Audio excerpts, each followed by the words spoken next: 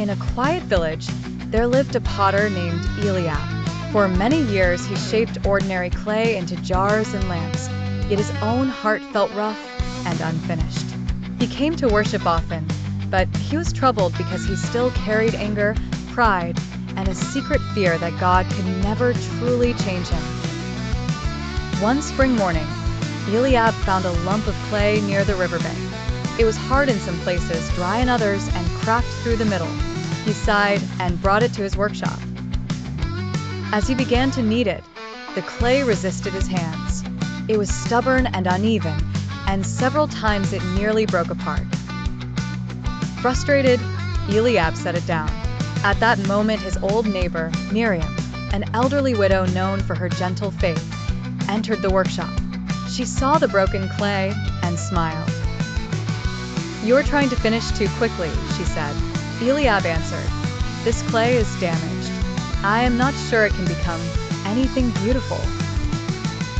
Miriam lifted the lump carefully. When the water softens it and the will shapes it, the clay does not transform by itself. It must remain in the potter's hands. And fire, though it seems harsh, makes what has been shaped strong enough for use. Eliab listened quietly. She continued, "So it is with the soul. God does not merely polish the outside.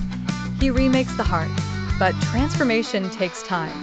Some cracks are healed through repentance, some rough places through patience, and some strength comes only after trials." That evening Eliab prayed, as he had not prayed in years. He confessed his bitterness toward a brother, his pride in his work, and his fear of change. In the days that followed, he sought forgiveness from the brother he had wronged. It was not easy, and the words came slowly, but peace began to grow where resentment had lived. He also changed the way he worked. When a clay vessel collapsed, he no longer cursed the mistake. He gathered the wet pieces, added water, and began again. With every repeated act, his heart learned the same lesson. What is surrendered to God can be reshaped.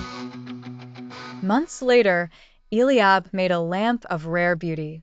Its surface still bore a faint line where the clay had once been cracked.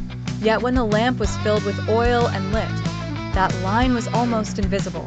The flame shone through it warmly, and many who saw it said, "This one is especially lovely." Eliab would smile, because only he knew the story the lamp carried.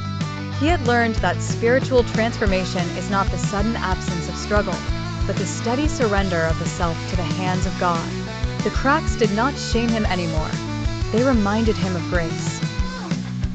The lesson is this: God patiently transforms willing hearts, and through repentance, perseverance, and grace, He makes the broken vessel useful and beautiful, for He who began a good work in you will carry it on to completion.